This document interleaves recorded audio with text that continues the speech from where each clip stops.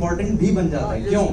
क्योंकि उस बिल्डिंग में नेपोलियन जब, यस करेक्ट, नेपोलियन जब पहली बार राजा बने, जब उनको क्राउन मिला था, तो वहां पे दैट इज इन 1804। और मैं जब नेपोलियन के बारे में और पढ़ रहा था, क्योंकि मुझे अच्छा लगता है विकिपीडिया पे बार बार अंदर फाइल्स के अंदर जाना, तो सर ने जोसेफिन के बारे में भी बताया। जोसेफिन और नेपोलियन का रिश्ता कुछ बहुत सही तरीके से सर ने बताया, पर एक दो स्टोरीज और हैं जो मैं चाहता हूँ कि सर बाद में बताएं कि वो सही है या नहीं। हम भी देखें, अगर कहीं यूज आई तो इंटरव्यू में यूज कर लेंगे। ऐसा था कि जिस दिन नेपोलियन को राजा बना रहे थे, जिस दिन नेपोलियन को क्राउन मिल रहा था, ये तो पता ही है कि नेपोलियन की लाइफ में जोसेफिन की बहुत वैल्यू थी, है ना, वो उसी की वजह से राजा बने, ये भी कह सकते हैं। जिस दिन नेपोलियन राजा बनने वाले थे, जोसेफिन ने नेपोलियन को रंगे हाथों पकड़ा था किसी और के साथ। This is what I have red. उन्होंने पकड़ा नेपोलियन को, जाके बोला कि क्या कर रहे हो, तो बोल रहे थे कि मैं ही तुम्हारे लिए सब कुछ हूँ ऐसा। नेपोलियन दिमाग से तो बहुत तेज। नेपोलियन बोला कि नहीं, प्यार तो हम तुमसे ही करते हैं, पर पॉइंट ये है कि तुम मुझे वारिस नहीं दे सकती, मतलब हम दोनों का कोई बच्चा नहीं हो सकता, तो आगे ये वंश चलेगा कैसे मेरा, इसीलिए मैं किसी और औरत के साथ था। जोसेफिन ने बोला ठीक है, नाद आ गया, माफ कर। पर नेपोलियन ने वहां पे उसको ये हिंट दे दिया था कि कहीं ना कहीं उसके दिमाग में ये चीज चल रही है। और ये आपको मैं बताऊं कि कुछ साल के बाद, सोचो ना, इतना प्यार था उन दोनों में, नेपोलियन जोसेफिन, हम आज भी कहानी सुनते हैं। कुछ साल बाद डिवोर्स हो गया। डिवोर्स का रीजन क्या था कि वो सच में उसको वारिस नहीं दे सकती थी। तो जब नेपोलियन को पूछा लोगों ने कि भाई तुम ऐसा, तुम तो बोलते थे कि तुमको तो बहुत प्यार है उससे, क्या बात हो गई, मतलब अचानक से दूसरी शादी कर रहे हो, उसको छोड़ के? उसने बोला कि मैं किसी औरत से शादी नहीं कर रहा हूँ, I am marrying to her whom. This is what I have read. अब ये देखो कि वो आदमी कितना दिमाग है उसमें, वो इस चीज को जस्टिफाई भी कर रहा है कि नहीं मैं उसको डिवोर्स दे रहा हूँ, पर तुम सोचो, मैं उसको डिवोर्स इसलिए नहीं दे रहा हूँ कि मैं उससे प्यार नहीं करता, मैं आज भी उसको बहुत पसंद करता हूँ, पर मुझे बच्चा चाहिए जो कि वो नहीं दे पाई, तो मैं किसी और औरत के साथ शादी कर रहा हूँ यहाँ पे। फाइनली डिवोर्स हुआ। फाइनली जोसेफिन मर रही थी, शायद जोसेफिन पहले 1914 के आसपास जोसेफिन की डेथ हुई। हाँ, 1814 में किसी ने उससे पूछा कि तुमको नेपोलियन में ऐसा क्या अच्छा लगता था, तुम क्यों आज तक नेपोलियन के पीछे थी, या फिर क्यों नेपोलियन तुमको कभी गाली नहीं देता। मतलब समझ रहे हो कितना जलील हो गया होगा कोई कि तुमसे शादी किया और उसके बाद किसी और से शादी कर लिया, तुमको डिवोर्स दे दिया, तो क्यों नेपोलियन तुमको आज भी इतना मानता है, तुमको अभी भी एम्प्रेस, आखिरी टाइम तक उसको एम्प्रेस ही रखा था। ऐसा नहीं था कि नेपोलियन ने डिवोर्स देने के बाद भी उनको क्वीन जो बनाया था, उनको एम्प्रेस जो बनाया था, उससे हटा दिया, तब भी उनके पास क्राउन था। बोला कि क्यों ऐसा। अब यहाँ पे मेरे ख्याल से सर की वो लाइन मुझे समझ में आती है कि इतनी इंटेलिजेंट औरत, उसका जवाब सोचिए। उसने जवाब दिया कि ये नेपोलियन की मर्दानगी नहीं, ये मैं हिंदी में ट्रांसलेट कर रहा हूँ, ये नेपोलियन की मर्दानगी नहीं है, ये मेरे एहसान है जिसकी वजह से वो आज तक मेरे साथ है। और जब नेपोलियन मरा, जब मरने वाले थे, मतलब मैं बहुत सिंपल लैंग्वेज में इसलिए बोल रहा हूँ ताकि दिमाग में घुसे होगा। जब नेपोलियन मर रहे थे, किसी ने उनसे पूछा कि तुम बताओ कि तुम्हारी लाइफ में सबसे इंपॉर्टेंट चीजें क्या थी। उन्होंने 4 चीजें बोली। पहली चीज मेरे ख्याल से फ्रांस, सेकंड माय आर्मी, तीसरी चीज बोली head of my army, and fourth was Josephine. मतलब आप ये सोचिए कि जिस औरत को उन्होंने डिवोर्स भी दिया, इतना कुछ, ये हिस्ट्री में शायद हम पढ़ते नहीं है। ये इंपॉर्टेंट इसलिए है क्योंकि वो इवेंट अभी हुआ है फ्रांस में। मैं ये इवेंट पूरा इसलिए बता रहा हूँ ताकि हम उस हिस्ट्री से जुड़े, और इसलिए भी ये पूरी कहानी सुनाई क्योंकि अब मैं गाना इस चीज पे, इस पूरी स्टोरी पे एक सॉन्ग हम लोग देखेंगे जो नेपोलियन के लिए बिल्कुल फिट बैठता है। तो ये स्टोरी नहीं पता होती तो मेरे ख्याल से पूरा मजा नहीं आ पाता।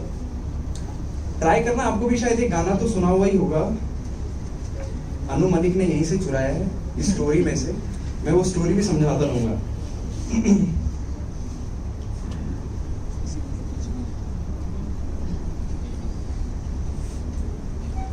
ओके, तो स्टार्टिंग फेज है नेपोलियन का। नेपोलियन को जोसेफिन मिली है, अभी अभी बिल्कुल ताजा मिले दोनों, और मिलने के बाद नेपोलियन की आंखें एकदम फटी हुई है, अरे ये क्या, ये लड़की चाहिए मुझे एकदम। तो ये नेपोलियन अब गाना स्टार्ट कर रहा है। चुपके से आंखों के रस्ते तू मेरे दिल में समाया, चाहत का जादू जगा के मुझको दीवाना बनाया। पहली नजर में बनी है तू मेरे सपनों की रानी, याद रखेगी ये दुनिया अपनी वफा की कहानी। ओ मेरा चैन चुरा के मेरी नींद उड़ा के खो न जाना किसी मोड़ पर। आगे क्या है? बाजीगर मैं बाजी। ये नेपोलियन गा रहा है क्योंकि वो सच में इस टाइम पे वो बाजीगर है, वो सच में वो जीत रहा है। अब आते हैं हम अब हम आते हैं फर्स्ट रैंक आएगी। ओके, तो अब हम आते हैं 1807 पे, जब डिवोर्स की कहानी हो रही थी। जॉसेफिन ने पूछा उसको कि अरे तुम तो बहुत गलत कर रहे हो यार, तुम तो आदमी गलत हो, मैं तुम्हारे साथ आ गई, मेरी किस्मत फूटी। नेपोलियन देखो बहुत इंटेलिजेंट आदमी, डिप्लोमेटिकली कैसे समझा रहे हो उसको।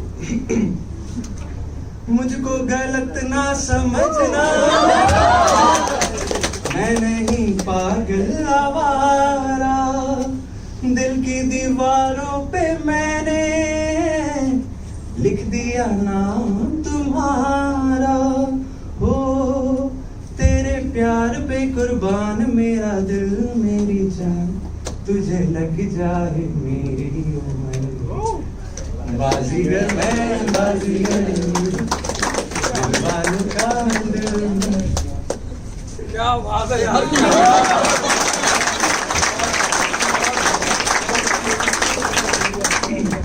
तो ये मुझे जब इन्होंने बोला कि एक गाना गाना चाहिए तो मेरे दिमाग में स्टोरी आई, पता नहीं मेरे दिमाग में कब से स्टोरी चल रही थी, गाना में लिंक नहीं कर पा रहा था। कल मैंने राहुल जैन का एक सॉन्ग, राहुल जैन सुना है ना यूट्यूब पे, हाँ उसका ये सॉन्ग सुना और मेरे को तुरंत क्लिक किया ये तो नेपोलियन है। क्योंकि ये स्टोरी मुझे बहुत अच्छी लगी थी विकिपीडिया पे, जब मैंने ये इंसिडेंट के बाद मैंने पढ़ना स्टार्ट किया तो ये हिस्ट्री से रिलेटेड कुछ कहानी। एक और चीज मुझे सर की बहुत अच्छी लगती है और वो है सर जब भी इस्लाम के बारे में बात करते हैं ना तो एक अलग रेस्पेक्ट से बात करते हैं। मुझे पानी मिलेगा क्या थोड़ा सा?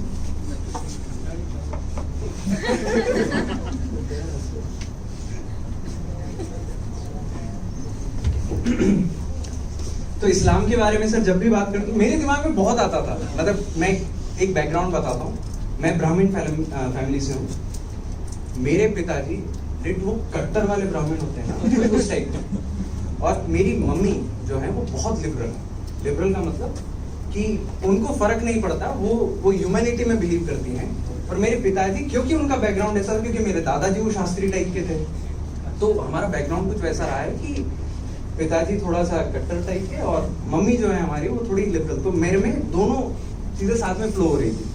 पर मुझे कई बार अच्छा लगता था अपनी मदर की साइड लेना, मुझे बहुत अच्छा लगता था।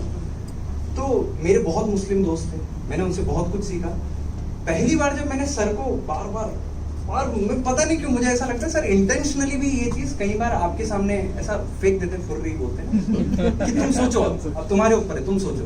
तो सर इस्लाम के बारे में बहुत बोलते हैं और मुझे ऐसा लगता है कि कुछ म्यूजिक जो फॉर्म है इस्लाम में बहुत अच्छा है, जैसे सूफी म्यूजिक, कव्वाली इसमें। तो मेरे पास एक सॉन्ग है जो कि मैं इसके पहले जहाँ पे पढ़ता था वहाँ पे हमारे टीचर ने गाई थी, वो कव्वाली मुझे बहुत अच्छी लगी। तो मैं आज वो कव्वाली आप लोगों के साथ, और उसमें भी एक लाइन बहुत इंपॉर्टेंट है, मैं बताऊंगा कहाँ पे आपको ज्यादा ध्यान देना है और कहाँ पे आप ऐसे ही सुन के वाह वाह कर सकते हैं।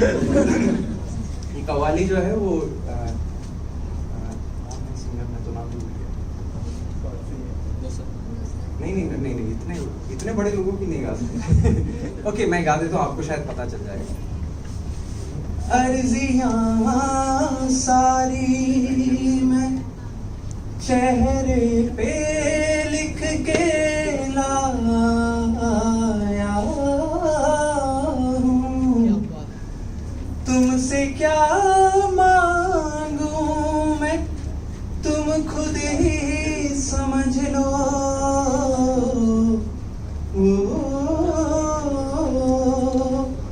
मौला मौला मौला मेरे मौला, जो भी तेरे झुकने जो सर आया, मस्ती पिए सबको झूमता नजर आया, जो भी तेरे दर आया, झुकने जो सर आया, मस्ती पिए सबको झूमता नजर आया।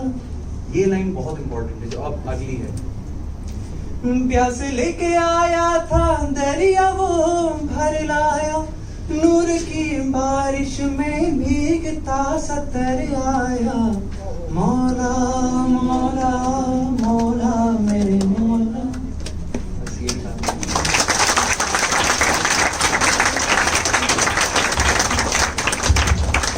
एक्चुअली हिंदुइज्म के साथ अच्छी बात ये है कि Hinduism has such good stars. Vivekananda, Pandit Shri Shri Ravishankar, Sadhguru, the stars मुसलमानों के पास भी है, but they don't give the reason I'm telling you why I glorify Islam in the class. Sir, there is no parallel to Islam. Islam is a very wonderful thing which talks only about meditation and reformation and transformation. Yeah, that is why I was talking about Sri Lanka. So I think when I come to the class,